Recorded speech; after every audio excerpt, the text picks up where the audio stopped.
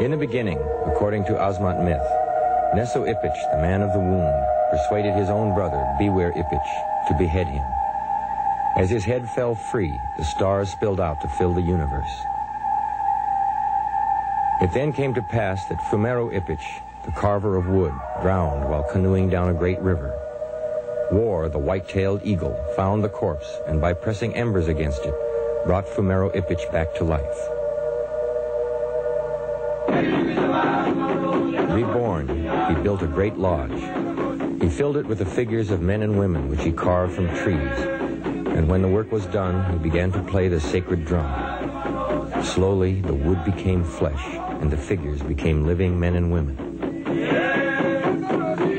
The Asmat explain creation and their own origins through legends and myths such as these. Like people everywhere, they feel a need to understand the workings of the world. Grasping the ungraspable and taming the supernatural is a matter which falls into the realm of religion. This is a case study of how magic and religion play a crucial role in helping a jungle-bound people cope with the eternal fears of existence. To understand the Asmat's religious view of the world, it's necessary to understand the environment and the culture in which they live.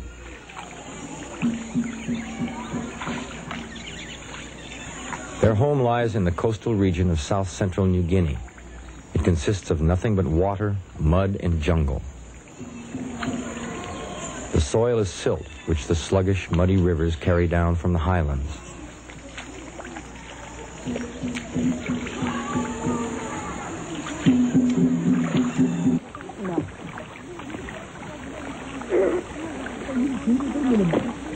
The only material with which to build homes and manufacture weapons, tools, and canoes is the stuff of the jungle itself.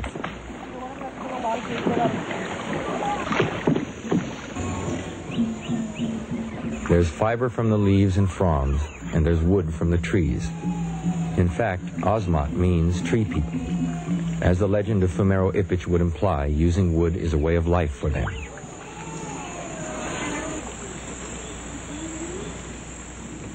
The Asmat hunt for food, but they also have hunted the heads and eaten the flesh of their neighbors for centuries.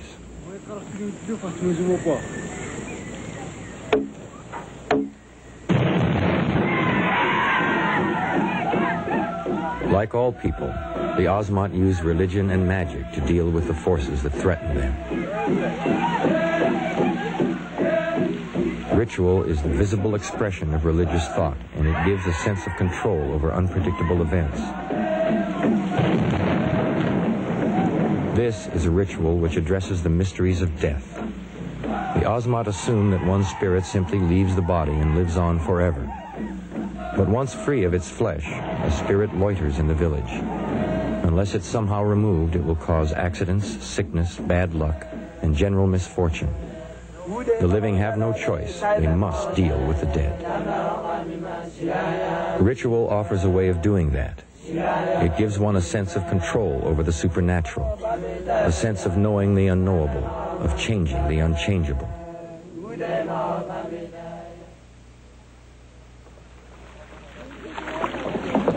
The ceremony, called Bis, begins with a journey into the jungle in search of a sacred pole which only the mangrove tree can yield.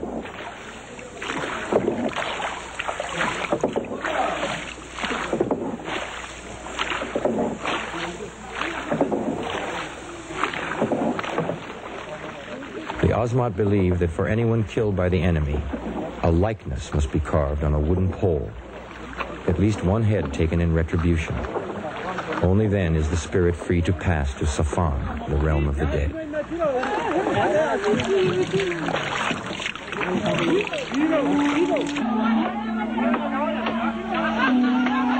The ceremony begins with the cutting of a mangrove tree for its trunk.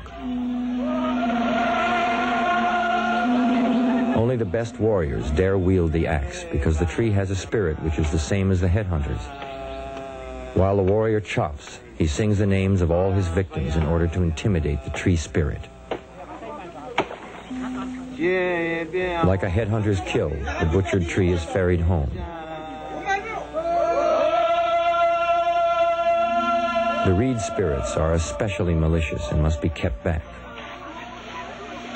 While the canoes glide through the swamp, a shaman leads the men in the song of the paddle to guarantee safe passage among the forest spirits.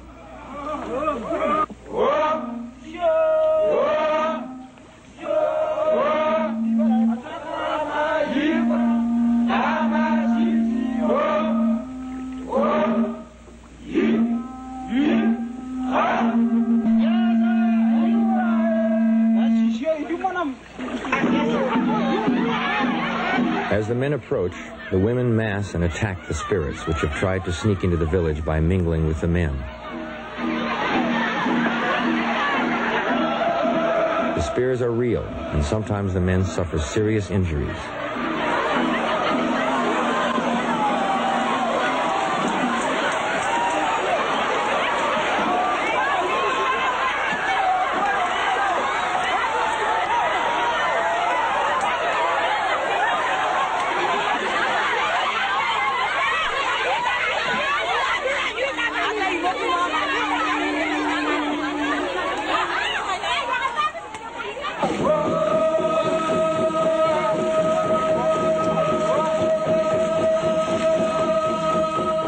The poles are placed before the men's lodge, the center of social as well as religious activity.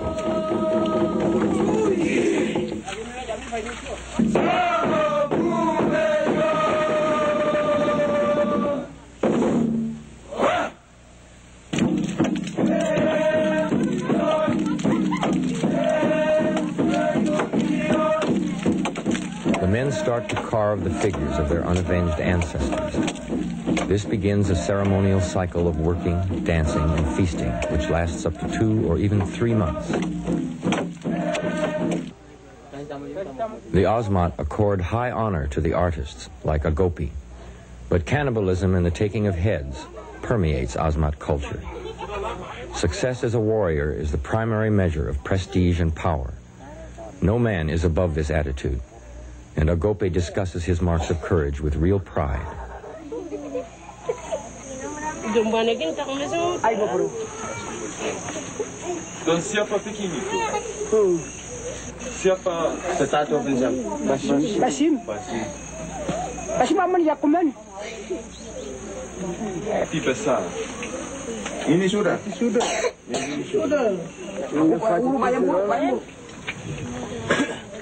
Cek.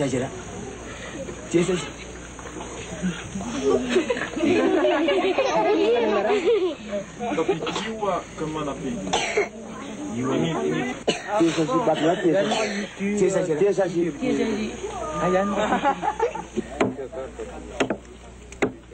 Through the ceremony of the bis, the Asmat find spiritual strength by reenacting the myth of Fumero Ipich and creating their relatives and lost friends in wood. This religious view of trees goes far beyond using wood for the ancestral carvings. It includes the search for food. The sago palm provides 90% of the Asmat diet, and these people consider the palm to have the same spirit as a human, and a human to have the same spirit as the tree.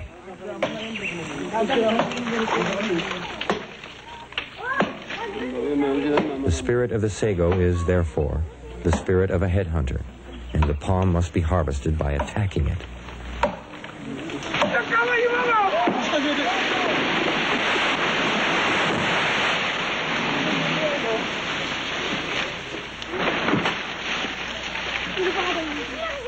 The fallen tree is then butchered as if human. The arms, the palm fronds, become thatch and fiber.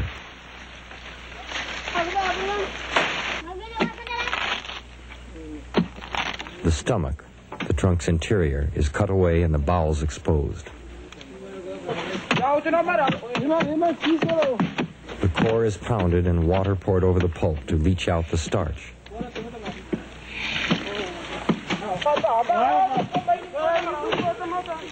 It is the starch which sustains the Asmat people, and because of this gift, the Asmat consider the sago tree to be their spiritual mother.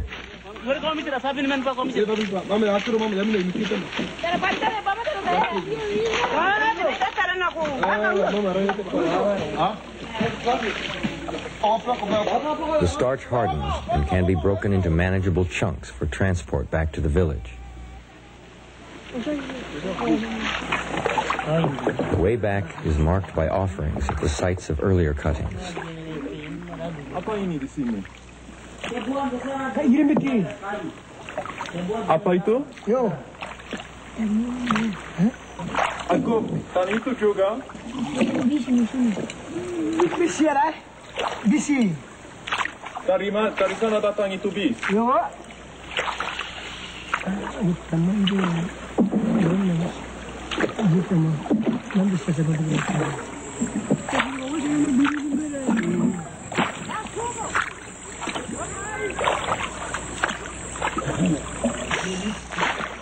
The world the Asmat perceive is a hostile, supernatural place.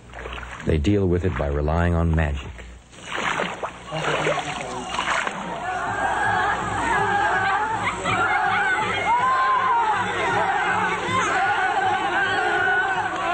Magic skills are taught from an early age. Even in play, young boys learn to drive jungle spirits from the village.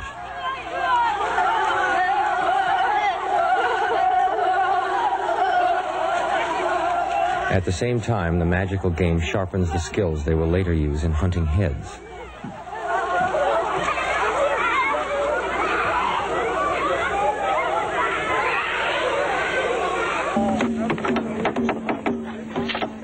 Asmat poles are works of consummate art, but the figures are much more than aesthetic forms. Every motif, every design holds religious significance, and this places the carver in a position of religious and psychological power. The finest carvers are known as wo, and they comprise a tiny class of highly talented artists. A village of 1,000 people may produce 10 of these masters. Pepe. Usumo. Usumo. Yan. Wan. Ambe. Mantang masayid. Ari. Ako. Asami. Wembe. Kamudu. Bara. Era. Sepo.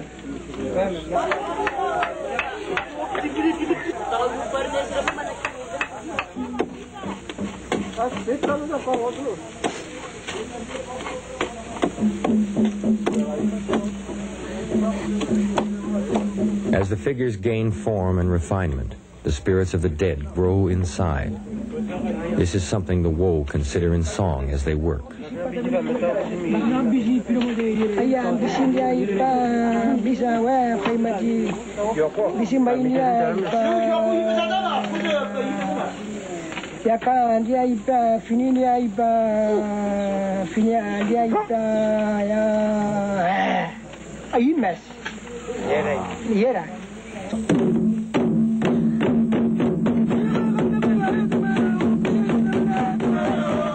Like Fumero Ipich himself, a shaman drums the spirits into their wooden forms.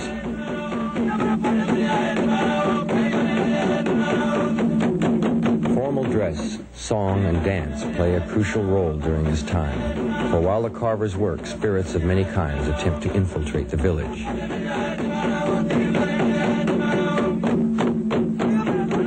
Dancing is actually an attack on the enemy spirits. The costumes represent the aspects of plants and animals which the headhunters admire. The headdress, for instance, is the palm, which has the headhunter's fierce spirit.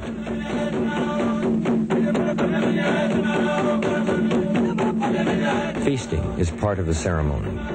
The grubs of the Capricorn beetle are raised in sago logs especially for the occasion and are considered the choicest of all ceremonial foods. They represent the offspring of the sago mother.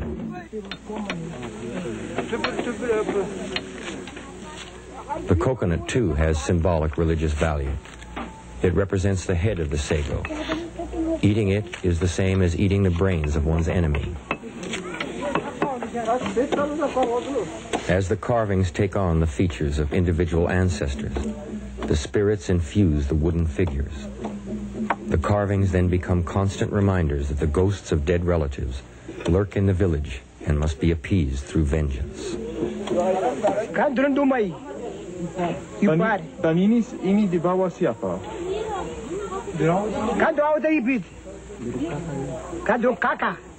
Ah, kakak Ago. Ah, mengerti. Kam supetak, wana supetak tamενera, kiki, kaki, kamani bit, topane, sisi, manike, be, bimak. The art motifs hold special significance. They represent the creatures which display the finest qualities of a good headhunter. The mantis motif pervades Asmat art. Its legs suggest the twigs of a tree, and the female's habit of eating its mate head first during copulation parallels the Asmat's habit of eating their victim's brains.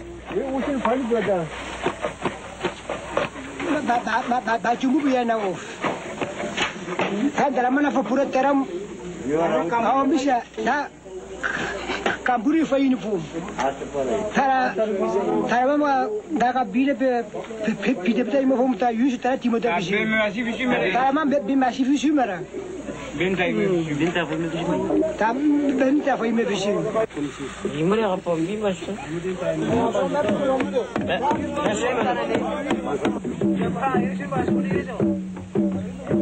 As the carving nears completion, the men prepare themselves for the final ceremony, the war with the spirits.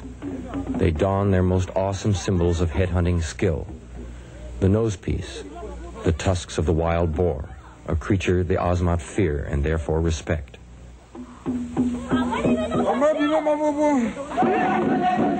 The figures are nearly complete. They will soon be fully alive.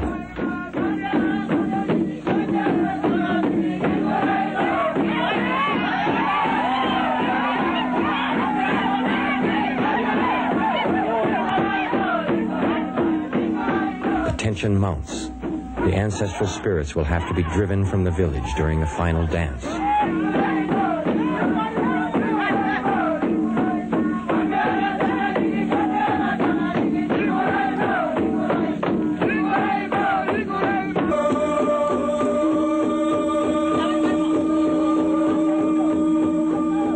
Each night, the poles must be taken inside the men's lodge and covered with palm fronds.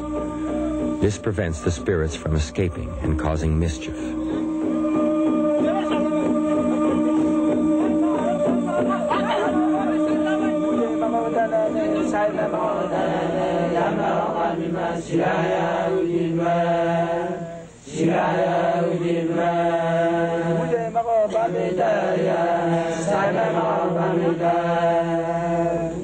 Then the men sing songs to the ancestors who are now embodied in wood. Tomorrow they will have to be driven out of the village. But the ceremony cannot come full cycle. The modern world has arrived in New Guinea.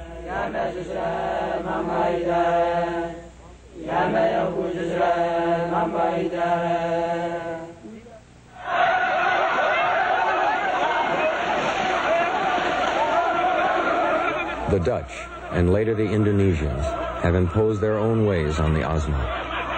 Customs now intermingle. The old beliefs fade away. The pig, ancient symbol of valor to the hunter of heads, is transformed by the missionaries into an item of commerce. It will be sold for profit.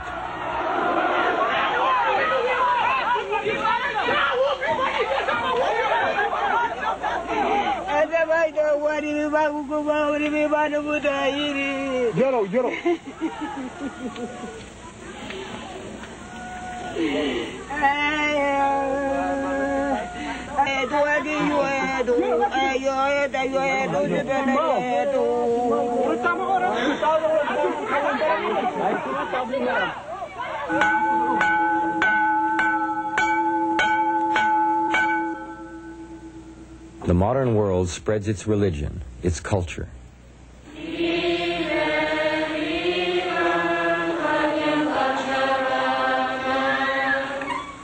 Missionaries decry Asmat beliefs. No longer should Asmat carve men and drum life into them. No longer should Asmat take heads.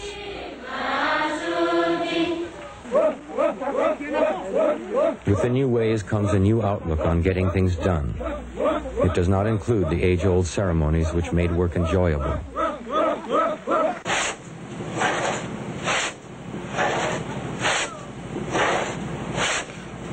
The Asmat are now encouraged to work for wages, and money comes between sacred belief and ceremonial labor.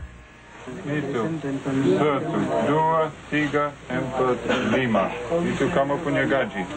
Dan terima tembakau. Itu dua. Dan itu uang kembali. No, itu uang sisa. Mau apa? Itu tas koper. Hah? Tas koper. Tas koper? Tas koper itu. Ja, itu besar sekali. Koper ini. Jo, begitu. Dan sekarang datu fake, kan? Datu fake? Iya. Bayar benar macam. Nah, tu yang ada macam ni. Tapi saya mana ada lagi? Hei, dia, bayar ni macam ni. Urus dia bayar mana? Iya, dia mana lagi macam?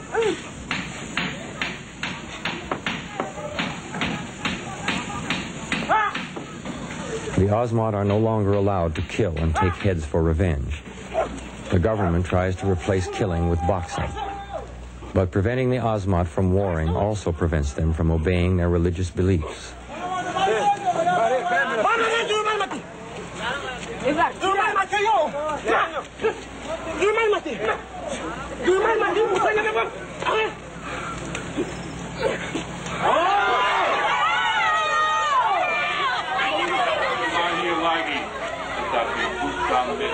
Mama lagi, tetapi melalui air dan Roh Kudus. Itu sakramen permandian, kita sudah tahu itu. Kita mesti dilahir lagi. Minggu itu. Inevitably, the modern world will change the Asmat. To deal with the 20th century, the tribes will have to renounce human flesh and turn instead to symbolically eating the flesh and drinking the blood of a new god. However, customs take time to change, and this ceremony of Bis will draw to an unresolved close without the taking of heads. So the spirits cannot be sent in full honor to the land of the dead, and this is cause for anxiety, but the tribe must do what it can. They paint and dress the ancestral figures, sing to the spirits, and explain that they can no longer care for them in the proper way.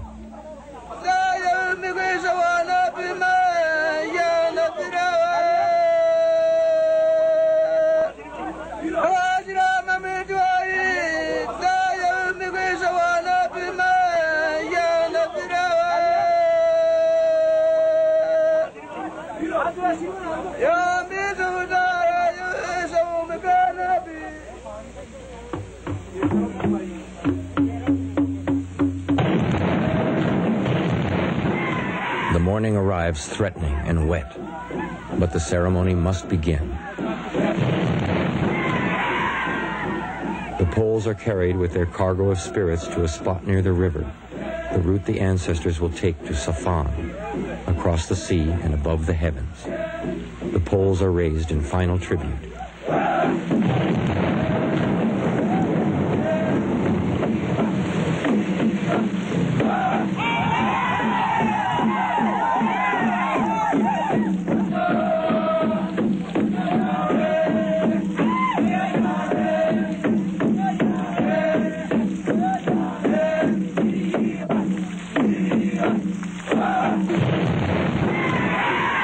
The dance of exorcism begins.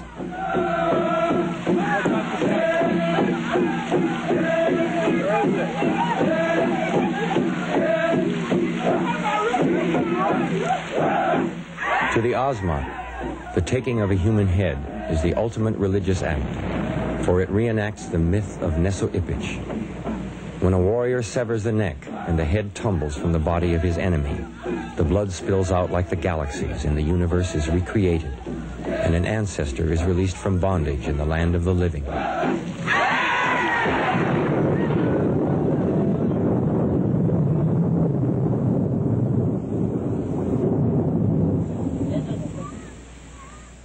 Headhunting is now supposedly a thing of the past. No longer can these people practice all aspects of their traditional religion. That religion and its accompanying rituals and magic supported and dramatized a whole complex mythology and culture. It expressed and reinforced an all-inclusive worldview. But oil has been discovered under the swamps, and lumbermen slash through the forests, cutting into the trees with snarling mechanized saws. As the trees fall, so fall the spirits, the very essence of the Asmat people. How Asmat religion and culture will adapt, what new view of the cosmos, of creation and of death they will come to remains to be seen. Their dilemma is revealed best, perhaps, with tobacco, a foreign plant to which the Asmat have become completely addicted. Unlike their plants, its use is entirely profane. It has no spiritual or social significance.